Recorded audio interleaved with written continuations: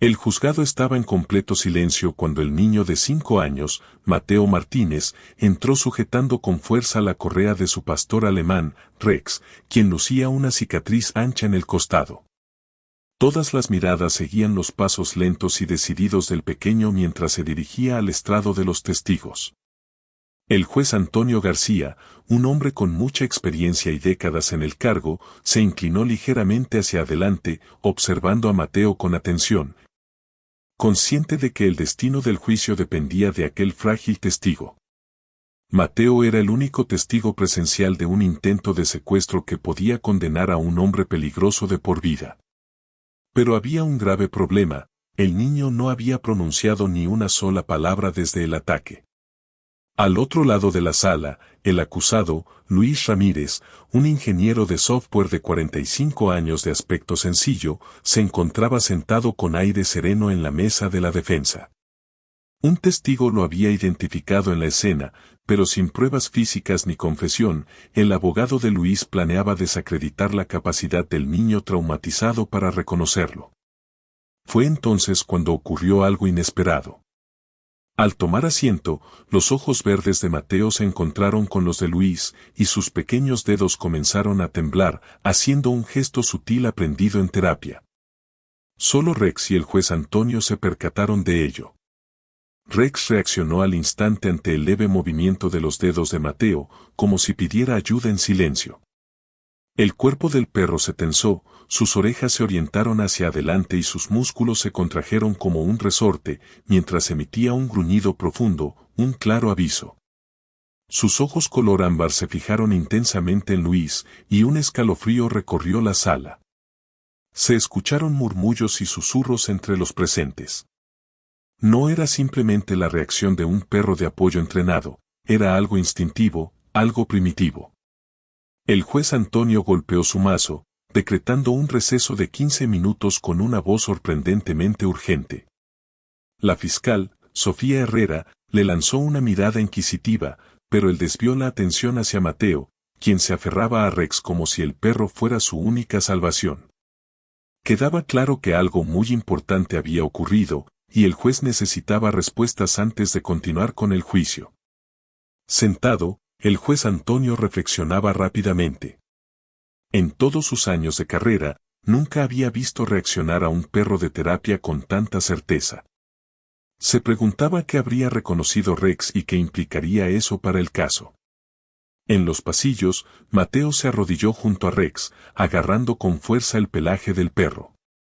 Su madre, Isabel López, se acercó con prisa, alisando los rizos del niño con dedos temblorosos mientras le preguntaba suavemente: «Hijo, ¿estás bien?».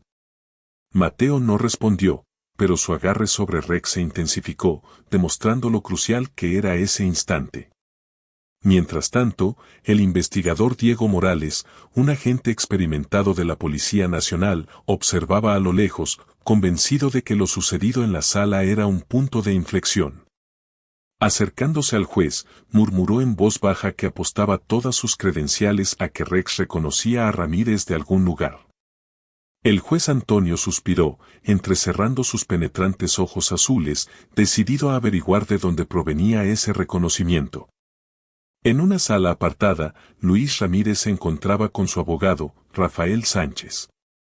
Cuando estuvieron solos, la confianza arrogante de Luis se transformó en algo más frío y calculador. Sus dedos tamborileaban sobre la mesa mientras repasaba el episodio en su mente. El niño no ha hablado, pero el perro ha reaccionado.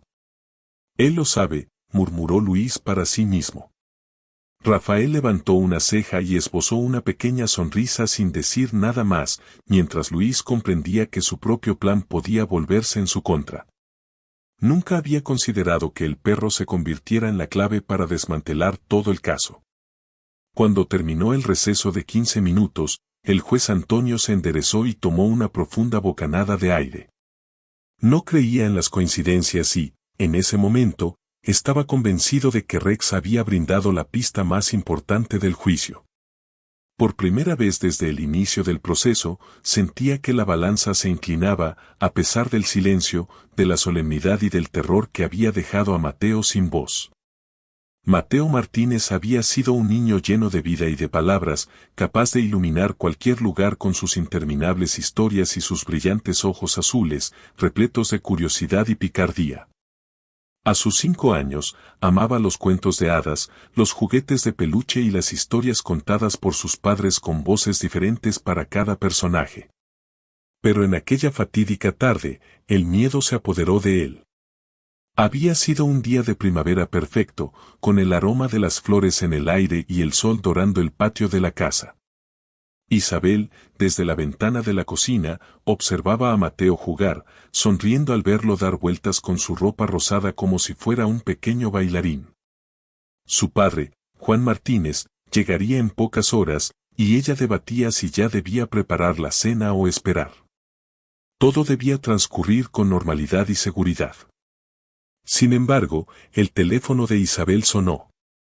Era su hermana, que vivía en otra ciudad, y ella se retiró para atender una conversación breve de 4 minutos.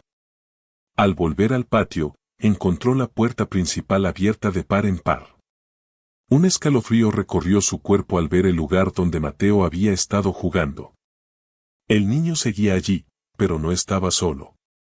Una furgoneta negra estaba estacionada cerca de la acera, con la puerta lateral entreabierta, y un hombre se encontraba arrodillado junto a Mateo, sonriendo de manera inquietante mientras decía: «Tengo perritos en la furgoneta, unos muy especiales. Necesitan a un niñito para cuidarlos. ¿Quieres verlos?». Los instintos de Isabel se activaron antes de que su mente pudiera procesar la situación, y gritó: «Mateo». El hombre perdió su sonrisa, sustituyéndola por una mirada fría y calculadora. En un abrir y cerrar de ojos, él agarró el brazo del niño. Mateo se quedó paralizado, no gritó ni forcejeó, simplemente miró con ojos muy abiertos, como si un temor profundo lo hubiese dejado sin aliento. Al otro lado de la calle, doña Carmen Rodríguez, una enfermera jubilada que paseaba a su pequeño perro, presenció todo lo ocurrido. Con voz firme y llena de experiencia, exclamó: «Oigan, aléjense de ese niño». El hombre titubeó y aflojó su agarre por un instante, lo justo para que Mateo pudiera soltarse y correr hacia su madre. Isabel lo tomó en brazos mientras la furgoneta aceleraba, con los neumáticos chillando en la calle y dejando marcas de goma negra. Con el corazón latiendo con fuerza, ella sostuvo a Mateo, quien no lloraba ni decía nada, sino que se acurrucaba contra ella, temblando. En pocos minutos llegó la policía. El detective Jorge Ramírez, un experimentado investigador de casos de secuestro infantil, tomó el control de la situación. Con cabello canoso y ojos marrones que reflejaban años en la búsqueda de niños desaparecidos, ya había visto este patrón antes. «Encaja en el perfil», murmuró Diego Morales al hojear un cuaderno gastado, apuntando que en los últimos 18 meses habían desaparecido 4 niños, todos atraídos cerca de sus casas por promesas de perritos. Su compañera, la agente Lucía Gómez, se arrodilló junto a Mateo y, con voz suave, le preguntó: «Mi cielo, ¿recuerdas cómo era el hombre?». Isabel, con manos temblorosas, le acarició el cabello a su hijo y le aseguró que estaba a salvo mientras le pedía que describiera al hombre. Mateo se aferró al suéter de su madre sin emitir palabra, como si de repente su voz se hubiera apagado. Con temor en la voz, Isabel murmuró: «Simplemente ya no habla». Lucía y Diego se miraron, y Lucía comentó: «Es mutismo selectivo, una respuesta al trauma». Diego suspiró, frotándose la frente, mientras notaba que la descripción era muy vaga: solo un hombre y una furgoneta negra. Doña Carmen, que había sido testigo del intento de secuestro, se adelantó y dijo con firmeza: «Anoté parte de la matrícula». Las primeras 3 letras eran IS. Los ojos de Diego se abrieron de par en par, reconociendo la importancia de aquella pista. Mientras tanto, Mateo sentía una creciente impotencia. El niño que antes rebosaba energía parecía encogerse cada vez más. En los días siguientes, dejó de jugar, de dibujar y se rehusó a salir de casa. Sus noches se llenaron de pesadillas silenciosas que alteraban el sueño de sus padres. Isabel y Juan intentaron de todo, cuentos, sus comidas favoritas, incluso su osito de peluche, pero nada funcionaba. El hijo que conocían se estaba apagando lentamente. Una noche, mientras Isabel y Juan se sentaban a la mesa de la cocina con el rostro agotado, una terapeuta sugirió que adoptaran un animal de apoyo.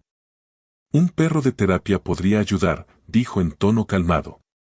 Juan, pasando la mano por su cabello cansado, respondió, ¿de verdad crees que funcionará? Con dudas, pero desesperados. Isabel aceptó probar cualquier cosa, sin imaginar cuánto cambiaría eso sus vidas.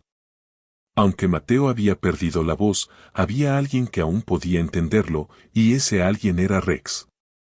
En el centro de rehabilitación animal de la doctora Laura Mendoza, el ambiente olía a desinfectante mezclado con el aroma terroso del lugar. La sala era casi silenciosa, solo interrumpida por el tic-tac del reloj y el ocasional roce de las uñas en el suelo frío. En una gran camilla ortopédica junto a la ventana descansaba Rex, cuyos ojos marrones seguían cada movimiento con calma. Rex había sido uno de los mejores perros policía de la ciudad, un can cuyas habilidades e instintos habían salvado vidas, pero ahora cargaba las marcas de una dura batalla, incluyendo una cicatriz profunda en su costado derecho que recordaba la noche en que su carrera llegó a su fin. Hace 3 años, durante una operación para rescatar a un niño secuestrado, Rex se lanzó sin dudar contra un sospechoso armado. El agresor, intentando defenderse, le causó una herida profunda con un cuchillo destinado a un agente, pero Rex logró dominarlo, aun cuando la sangre manchó su pelaje. En los meses siguientes, la herida no sanó, no por completo, y con la falta de recursos, la corporación decidió retirarlo e incluso incluirlo en una lista de sacrificio, hasta que la doctora Laura intervino. Con años de experiencia en programas de apoyo animal, estaba convencida de que los instintos agudos y la lealtad inquebrantable de Rex aún tenían valor, y ahora estaba decidida a demostrárselo.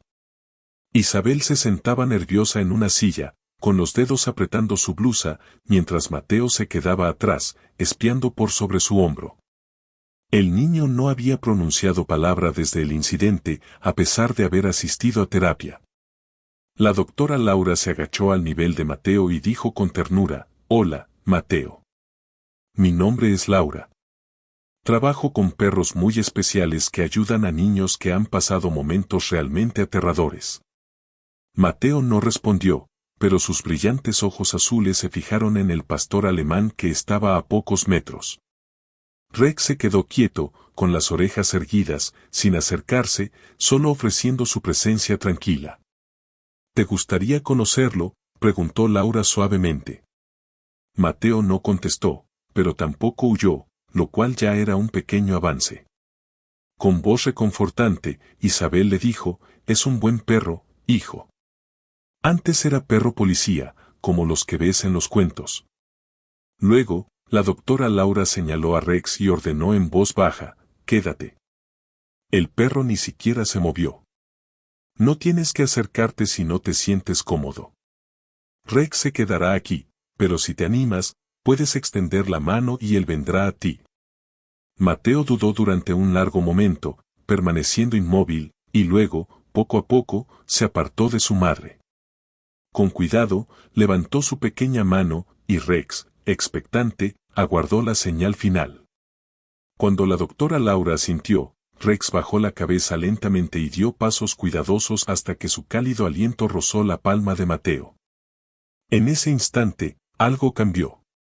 Los deditos del niño se curvaron levemente al acariciar el espeso pelaje de Rex. Isabel soltó un suspiro de emoción, tapándose la boca, pues era la primera vez que Mateo se acercaba a algo o a alguien desde el ataque. Las lágrimas llenaron sus ojos mientras murmuraba, «Gracias, mi cielo». Mateo se aferró a Rex como si el perro fuera lo único seguro en un mundo que de repente se volvía aterrador. La doctora Laura sonrió y dijo, «Muy bien, Mateo. A Rex le caes muy bien». Aunque el niño seguía en silencio, no soltaba al perro. Durante las semanas siguientes, Rex y Mateo se volvieron inseparables. En casa, Mateo pasaba horas junto a Rex, trazando con sus deditos la cicatriz en el costado del perro. Cuando las pesadillas lo despertaban en medio de la noche, el latido constante del corazón de Rex era suficiente para calmarlo. Aunque todavía no hablaba, el niño comenzó a dibujar de nuevo, simples garabatos de un niño y su perro juntos frente a figuras sombrías.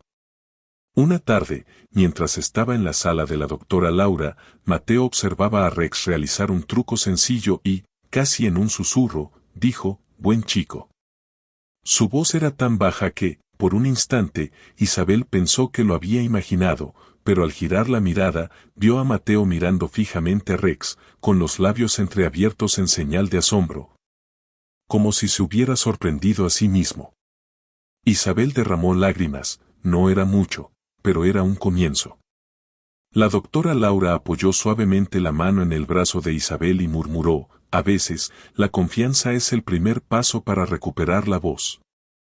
Isabel estrechó la mano de la terapeuta y añadió, «Entonces seguiremos donde esa confianza nos lleve, incluso si es a un lugar que nunca imaginamos, un juzgado donde el verdadero monstruo saldrá a la luz».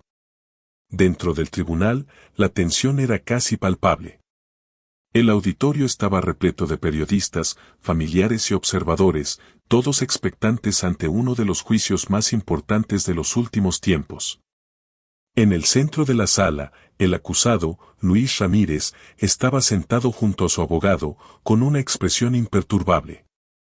A pesar de las graves acusaciones, parecía extrañamente tranquilo, con los dedos tamborileando en la pulida mesa de defensa. Mientras tanto, Mateo sostenía con fuerza la correa de Rex como si fuera su ancla, y el perro permanecía alerta a su lado, con las orejas erguidas y los ojos marrones fijos en Luis, quien de vez en cuando parecía notar algo en el aire. «Todos de pie», anunció el funcionario cuando el juez Antonio García entró, con su toga ondeando tras él. Tras tomar asiento en el estrado, el juez recorrió la sala con la mirada antes de detenerse brevemente en Mateo y Rex. Ya había decidido que el perro de terapia se quedaría, aunque esa decisión no agradaba a todos. Antes de continuar con los alegatos iniciales, dijo el juez Antonio con voz pausada y firme, el tribunal escuchará los argumentos sobre la presencia del animal de apoyo. El abogado de Luis, Rafael Sánchez, se levantó educadamente, se arregló la corbata y comenzó, «Excelencia, entendemos que el apoyo emocional es importante, pero la presencia de este gran pastor alemán podría provocar una respuesta emocional en el jurado, lo que afectaría la defensa de mi cliente. Solicitamos que se retire el perro durante los testimonios». La fiscal, Sofía Herrera, se puso de pie de inmediato y replicó, «Excelencia, Mateo tiene 5 años y es víctima de un trauma que le causó mutismo selectivo. Rex no está aquí para llamar la atención, sino para brindarle el apoyo necesario para que participe sin sufrir más angustia». El juez Antonio se recostó un poco, sin revelar sus sentimientos, y dijo, «He revisado los informes del psicólogo infantil y del especialista en comportamiento animal. Rex se mantiene». Un murmullo recorrió la sala, con algunos de acuerdo y otros resoplando. Rafael apretó los labios, visiblemente insatisfecho, y regresó a su asiento, lanzando una mirada a Luis, quien permanecía inexpresivo. El juicio comenzó en serio. La fiscal Sofía pintó un cuadro escalofriante de las acciones de Luis Ramírez, un patrón de manipulación, engaño y conductas depredadoras que se extendía a lo largo de muchos años.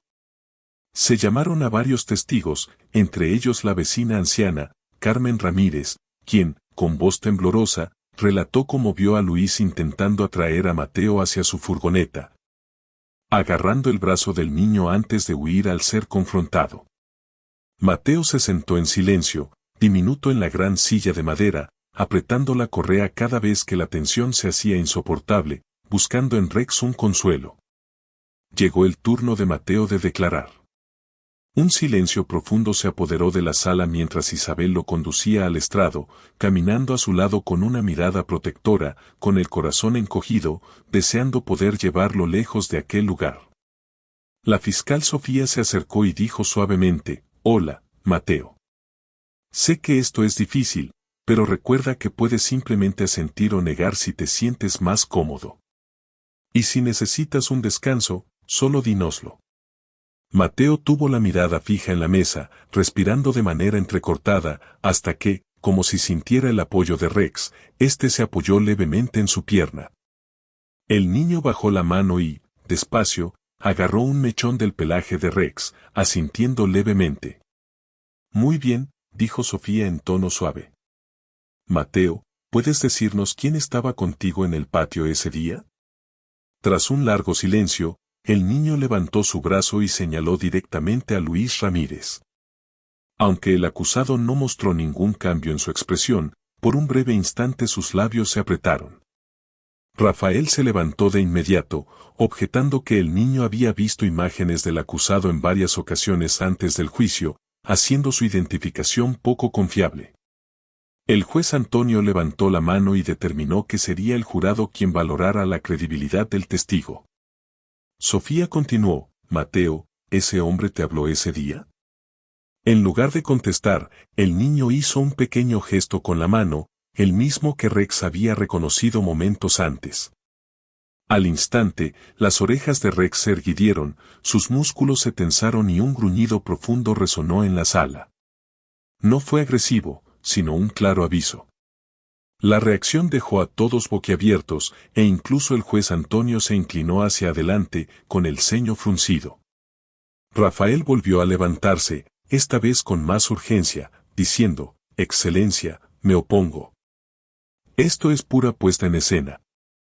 Pero el juez se mantuvo concentrado en Rex, que ahora estaba completamente quieto, con la mirada fija en Luis, como si detectara un olor que solo él podía percibir. Era la misma reacción instintiva que Mateo había mostrado minutos antes. El juez, luego, se dirigió a la fiscal Sofía y preguntó, ¿alguna vez ha tenido este perro contacto con el acusado? Sofía vaciló antes de responder, que yo sepa, Excelencia. Luego, el juez Antonio se volvió hacia la defensa y dijo, Señor Ramírez, ¿ha conocido usted a este perro antes? Por primera vez, la actitud de Luis cambió. Sus dedos se apretaron, formando un puño, y guardó silencio. Momentos después, los ojos de Sofía se abrieron de par en par mientras susurraba algo a su colega, y en poco tiempo, un miembro del equipo de la fiscalía salió apresuradamente de la sala. ¿Qué está pasando?, exigió Rafael, impaciente. Sofía, manteniendo la compostura, solicitó un breve receso, alegando que habían surgido nuevas pruebas relevantes para el caso. El juez Antonio estudió la situación durante unos instantes antes de decretar un receso de 15 minutos, y la sala se fue vaciando lentamente. En los pasillos, los murmullos crecían. ¿Habría reconocido Rex a Luis de algún lugar? Y, de ser así, ¿de dónde? El juez estaba convencido de que la respuesta cambiaría todo. La presión sobre la fiscalía aumentaba al surgir nuevas pistas. Luis Ramírez había sido vinculado oficialmente con varios casos de desaparición, pero sin el testimonio completo de Mateo, el juicio pendía de un hilo. Nadie esperaba que la clave para resolver el caso viniera no del niño, sino del pastor alemán que nunca lo había abandonado.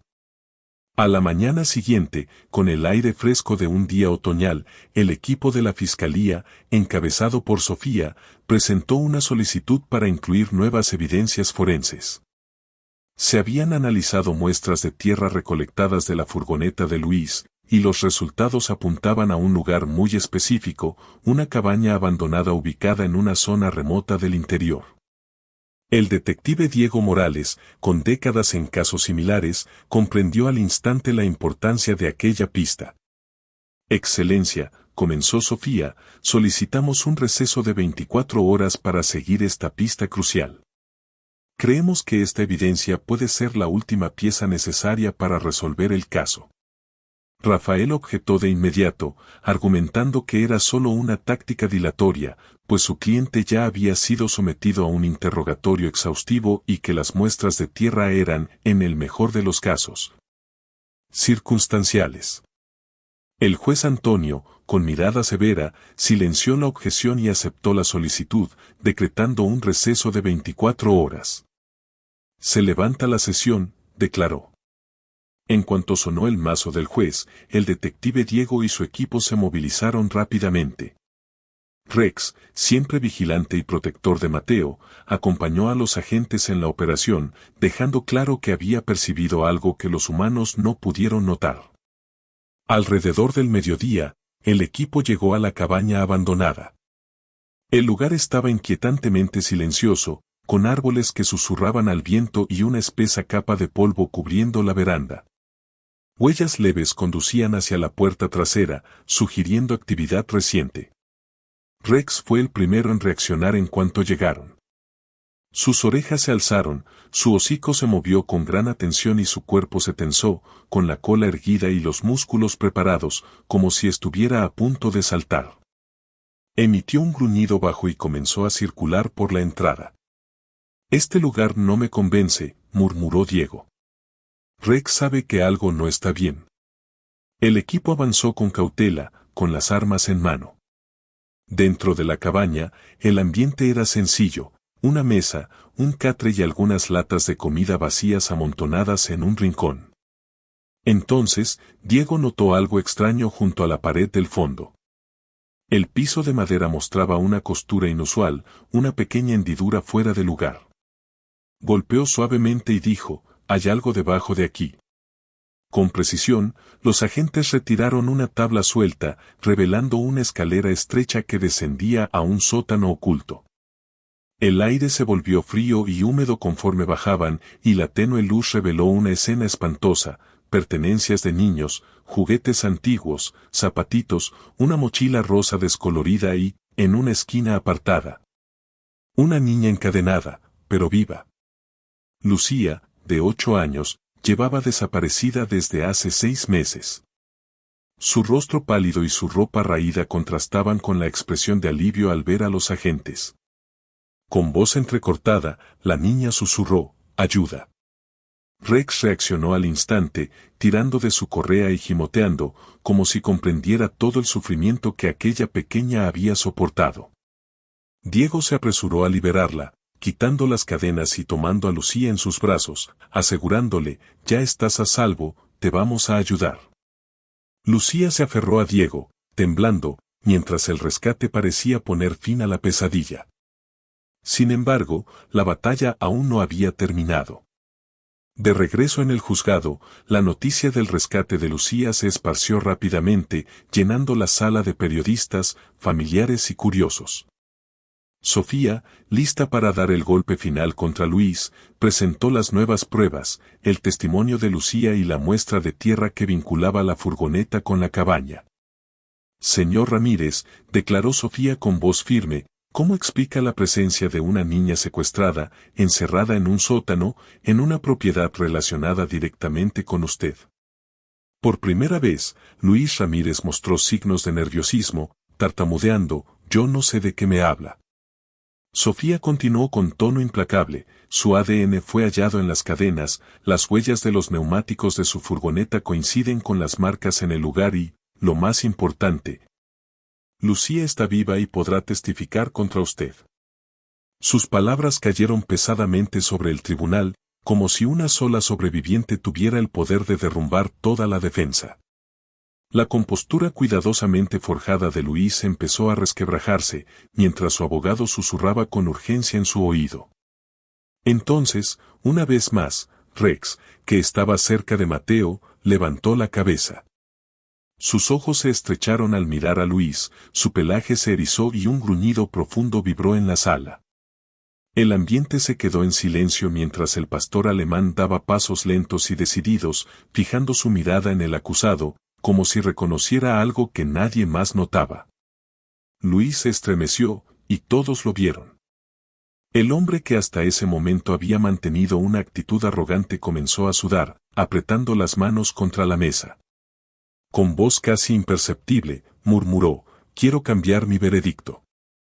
Se desataron murmullos de asombro en el tribunal, mientras el juez Antonio García dirigía una mirada severa a Luis. «Señor Ramírez, está diciendo que desea declararse culpable». Toda la sala contuvo la respiración. Con voz temblorosa, Luis respondió, «Sí». El repentino final del juicio dejó a todos en shock. Luis Ramírez fue condenado a prisión perpetua sin posibilidad de libertad condicional, sellando el destino de un hombre que había sembrado el terror durante tanto tiempo. Sin embargo, los verdaderos héroes de este caso no fueron los abogados ni los investigadores, sino un niño de 5 años que encontró la fuerza en su interior y un perro que jamás lo abandonó. En los días posteriores a la sentencia, Mateo pronunció sus primeras palabras en semanas. Sosteniendo el hocico de Rex con sus pequeñas manos, con un susurro dijo, «Gracias». Sus padres lloraron al ver que su hijo comenzaba a reencontrarse consigo mismo, y mientras Rex movía la cola y se acurrucaba con ternura a su lado, quedó claro que hay lazos inquebrantables. Por más oscura que se vuelva la situación, siempre habrá quienes se atrevan a enfrentar la oscuridad, incluso si lo hacen sobre 4 patas.